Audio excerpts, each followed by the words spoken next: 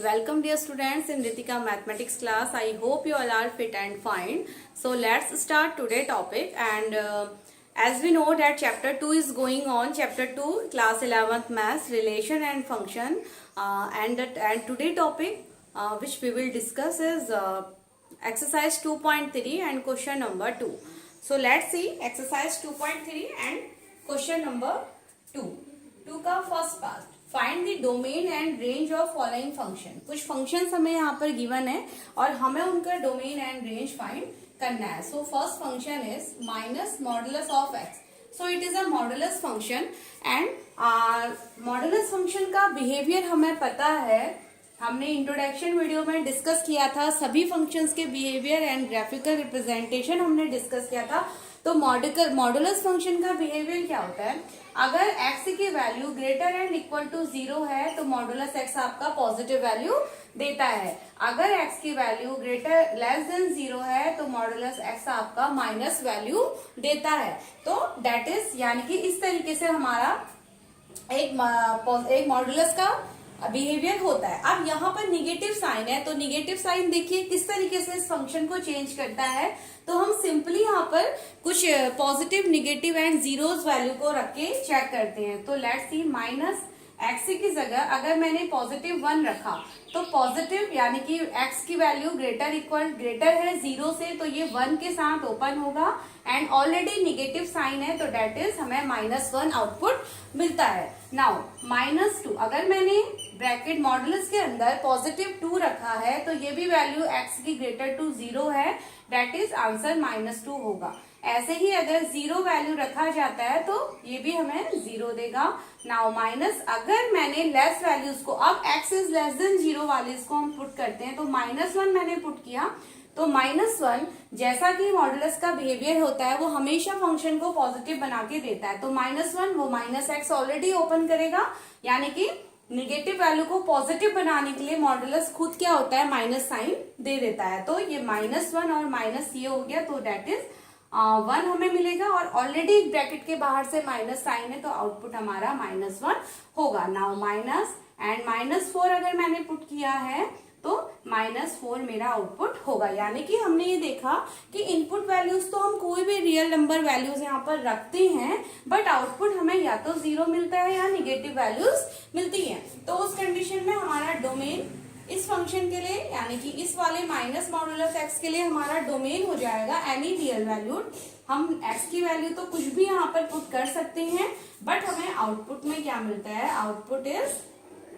Output is या तो हमें माइनस के इंफिनिटी नंबर मिलेंगे या हमें 0 मिलता है. तो output is -infinity and output is 0. तो दिस इज द आउटपुट और दिस इज और वी के रेंज आउटपुट नहीं यहाँ पर हम इसको डोमेन एंड रेंज करके बोलते हैं. तो this is the range of minus modulus x function. तो इट इज 0. आई होप कि आपको इस फंक्शन का रेंज और डोमेन समझ में आया होगा. Now come to the second part. अब सेकेंड पार्ट थोड़ा सा उसको हम समझेंगे. सेकेंड पार्ट हमारा है कुछ इस तरीके का फंक्शन है हमारे पास f(x) = √9 - x². ये हमारा कुछ फंक्शन है f(x) = √9 - x².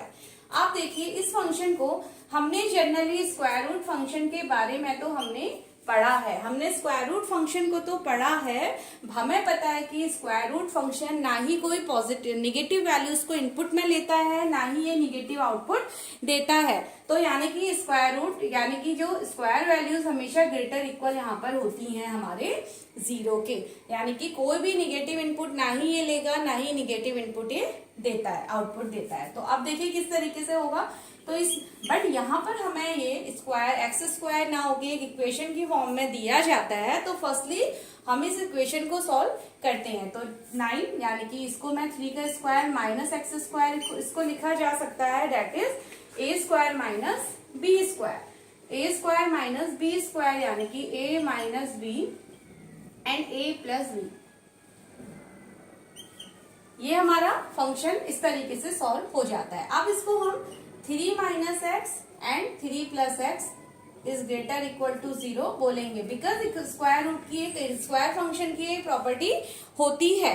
अब लेट इस फंक्शन को, अब मुझे इस फंक्शन को सॉल्व करना है, तो जी एक्स इक्वल टू एक फंक्शन मान लेते हैं हम 3 minus x and 3 plus x. माना जी एक्स इक्वल टू ये एक फंक्शन है। अब इस जी एक्स फंक्शन के अगर हम क्रिटिकल पॉइंट्स फाइंड करते हैं तो एक्स की वैल्यू क्या हो जाएगी, -3 एंड एक्स की वैल्यू 3 हो जाती है। क्रिटिकल फंक्शन पॉइंट्स क्या होते हैं, वो पॉइंट्स जो इन इक्वेशंस को जीरो यानी कि जीरो में कन्वर्ट करते हैं। तो अगर एक्स की जगह यहाँ पर 3 रखा जाए, एक्स की जगह 3 रखा जाएगा तो भी ये क्रिटिकल पॉइंट देगा। अगर एक्स की जगह -3 रखते हैं तो भी ये क्रिटिकल पॉइंट देता है। तो यानी कि इसके क्रिटिकल पॉइंट एक्स -3 और 3 होते हैं। अब यहाँ पर हम क्या करते हैं, यानी कि ये तो x की वैल्यू है, तो इसका मतलब हमारा ये है, यहाँ पर हम इस तरीके से कंसिडर करेंगे कि हम यहाँ पर इनपुट -3 से 3 को तक रख सकते हैं। तो लेट्स सी, अब एक नंबर लाइन की हेल्प से हम कुछ इनपुट वैल्यूज को चेक कर लेते हैं क्या ऐसा है। और अगर आप इस कंडीशन से देखते हैं तो हमारे पास 9 माइनस एक्स स्क्वायर, अगर हम देखते हैं ग्रेटर इक्वल टू 0, तो हम क्या कह सकते हैं कि एक्स स्क्वायर हमारा, यानी कि 9 is greater equal x square और x square is less and equal to 9। ये एक हमारी कंडीशन है एक्स को पुट करने की, यानी कि एक्स की वैल्यूज हम कहां से कहां तक रख सकते हैं, उसके लिए हमने अपनी ये कंडीशन सेट कर ली है कि एक्स स्क्वायर हमारा या तो 9 से छोटा होना चाहिए, 9 के इक्वल होना चाहिए, यानी कि एक्स स्क्वायर की वैल्यू हमारी 9 से बड़ी नहीं जा सकती। तो उसके लिए हम कुछ ये क्रिटिकल पॉइंट हमने एक्स को लेके निकाले हैं। तो देखते हैं किस तरीके से हमारी कंडीशन सेटिस्फाई होती है। Now here it is 0।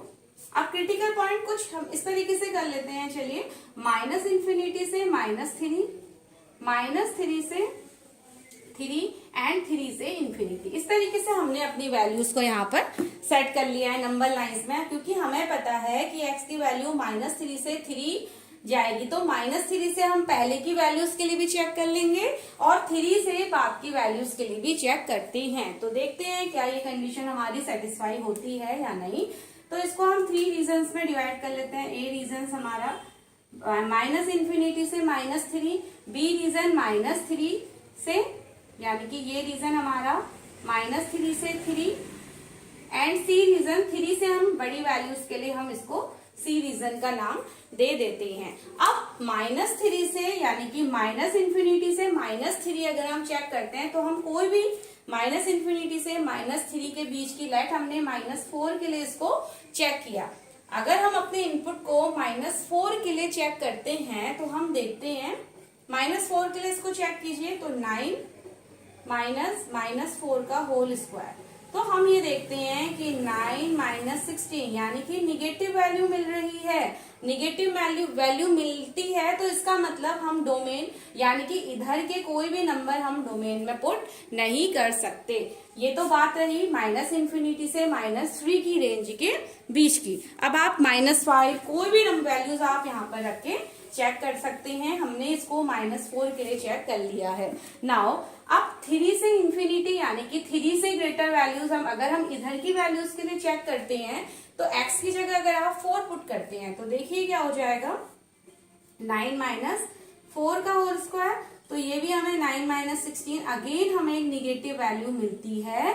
और जैसा हमें पता है कि स्क्वायर रूट कभी भी निगेटिव आउटपुट को नहीं देता है, तो इसका मतलब हमारी जो रेंज होगी वो, यानी कि 3 से इनफाइनाइट भी हमारी रेंज यहाँ पर नहीं होगी। तो अब हम जो वैल्यूज चेक करेंगे, तो यानी कि हम केवल वैल्यूज को -3 से, यानी कि ये यहाँ से -3 से 3 हमारी डोमेन की रेंज होती है। अब आप यहाँ के कोई भी, इसके आप किसी भी वैल्यूज को, -3 आपने रखा, -3 अगर रखते हैं तो देखिए क्या हो जाएगी फंक्शन की वैल्यू, 9 - -3 का होल स्क्वायर। तो ये हमें मिलेगा यहाँ पर 0, -3, फिर आप -2 के लिए ऐसे, आप -1 के लिए, 0 के लिए 1 2, और मैक्सिमम आप अगर 3 के लिए, यानी कि हम यहाँ तक चेक करते हैं तो उस कंडीशन में हमें मैक्सिमम, यानी कि हमारी जो डोमेन होगी वो हमारी इस कंडीशन को सेटिस्फाई करेगी। तो इस कंडीशन को सेटिस्फाई करने वाली डोमेन क्या है, -3 से 3 की जो डोमेन है वो हमारी इस कंडीशन को, x स्क्वायर की कंडीशन को सेटिस्फाई करती है। अगर आप 0 रख लेते हैं, -3 से 3 यानी कि 0 भी इनकी रेंज में आता है। अगर आप 0 रखते हैं तो आपको क्या मिल जाता है यहाँ पर 9 √9 9 और यानी कि 3। तो दैट मीन्स आप कह सकते हैं कि ये वैल्यूज हमारी इस रीजन में सेटिस्फाई होती है। तो इसके अकॉर्डिंग हमारा डोमेन क्या हो जाएगा, अब हमारा डोमेन इस कंडीशन में हो जाता है -3 से 3 की वैल्यू, ये हमारी डोमेन रहती है।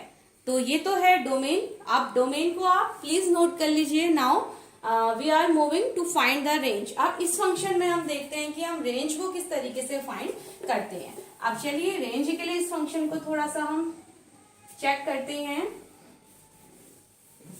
रेंज यानी कि y की वैल्यू, रेंज क्या होता है हमारा, y की वैल्यू होती है। अब जैसा हमें पता है कि इस फंक्शन का डोमेन हमारा क्या है, डोमेन हमारा है -3 से 3 की वैल्यू। तो अब अगर हम रेंज के लिए यानी कि आउटपुट को अगर हम चेक करते हैं तो ये हमारा फंक्शन है y = √9 - x²। तो अब हमारे लिए इजी हो जाता है इसके आउटपुट को समझना, यानी कि y की वैल्यूज के लिए चेक करते हैं। लेट -3 हमने रखा, अगर आप इनपुट यहाँ पर -3 रखते हैं तो आउटपुट क्या देगा, -3 में आउटपुट आपको देगा y की वैल्यू 0 देगा। यही तो होगा -3 में अगर आप रखते हैं तो 9 - 9 यानी कि 0। अब आप ऐसे ही -2 में आपको ये कोई फंक्शन -2 में भी आपको ये वैल्यू देता है। ऐसे ही -2 अगर आप रखते हैं तो देखिए क्या वैल्यू हो जाती है, अंडर रूट ऑफ 9 - -2 का होल स्क्वायर, यानी कि -2 की कंडीशन में है 9 - 4 एंड √5। तो ये 2 पॉइंट समथिंग आपको कुछ वैल्यू यहाँ पर देता है। तो √5 आएगा यानी कि 2 पॉइंट समथिंग। देन अगर यहाँ पर हम इनपुट -1 रखते हैं तो -1 की कंडीशन में √8, तो वो भी वैल्यू आपकी क्या होगी। तो ऐसे ही आप यहाँ पर देन 0 के लिए आप देखेंगे तो 0 के लिए 9 - 0 दैट इज आपको आउटपुट क्या मिल जाएगा, y आउटपुट आपको 3 मिलता है। अगेन आप 1 के लिए रखेंगे तो 9 - 1 का यानी कि 8, वापस हमें इसी तरीके के आउटपुट मिलते हैं। तो अब आप अगर आउटपुट पे देखते हैं तो हमें यहाँ पर आउटपुट रेंज या तो 0 से लेकर के, यानी कि हमें आउटपुट में कोई भी निगेटिव वैल्यू नहीं मिलती है। आप जब -3 से 3 के नंबर्स को आप पुट करते हैं एज एन डोमेन, तो एज अ डोमेन तो आपको आउटपुट क्या मिलता है, आपको आउटपुट में 0 से लेकर के 0 भी आपको आउटपुट में मिला है। देखिए 0 हमारा आउटपुट में आया है और कहाँ तक, मैक्सिमम वैल्यू 3 तक हमारा आउटपुट मिलता है। तो ये हमारा हो गया इस फंक्शन का, यानी कि रेंज ऑफ दिस फंक्शन। तो आई होप कि यहाँ तक ये चीज आपको इजीली वे में समझ में आई होंगी। तो प्लीज नोट इट डाउन।